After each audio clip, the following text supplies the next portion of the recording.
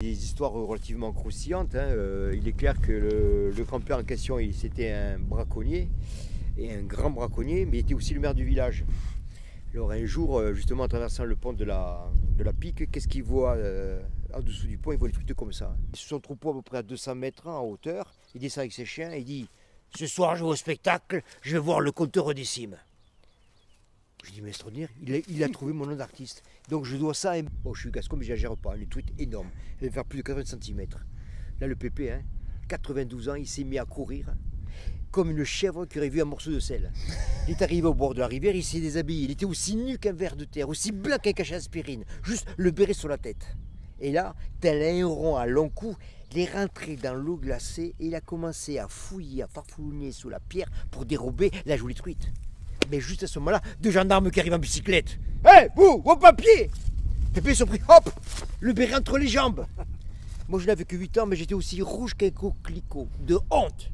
Pépé, on aurait dit le petit Jésus, tout auréolé de l'innocence.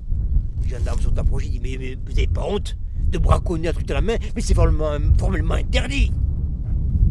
Puis il s'approche plus, il dit, mais c'est Étienne, c'est le maire du village. Parce qu'à l'époque, le maire, c'était quelque chose. Ils ont fait 2 pas en arrière et on ne les a jamais revus. Mais par contre, on pouvait remarquer qu'à la hauteur du béret, il y avait comme une grosse forme cylindrique. Ça frétillait d'une frénésie frénétique. Pépé, à 92 ans, encore vert.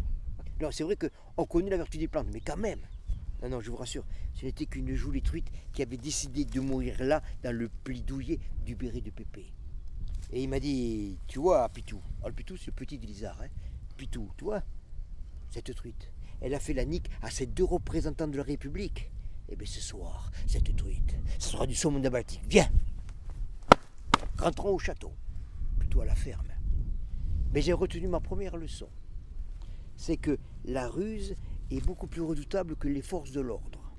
Et secondo, si un jour il vous arrive un coup dur, sachez garder votre sang-froid.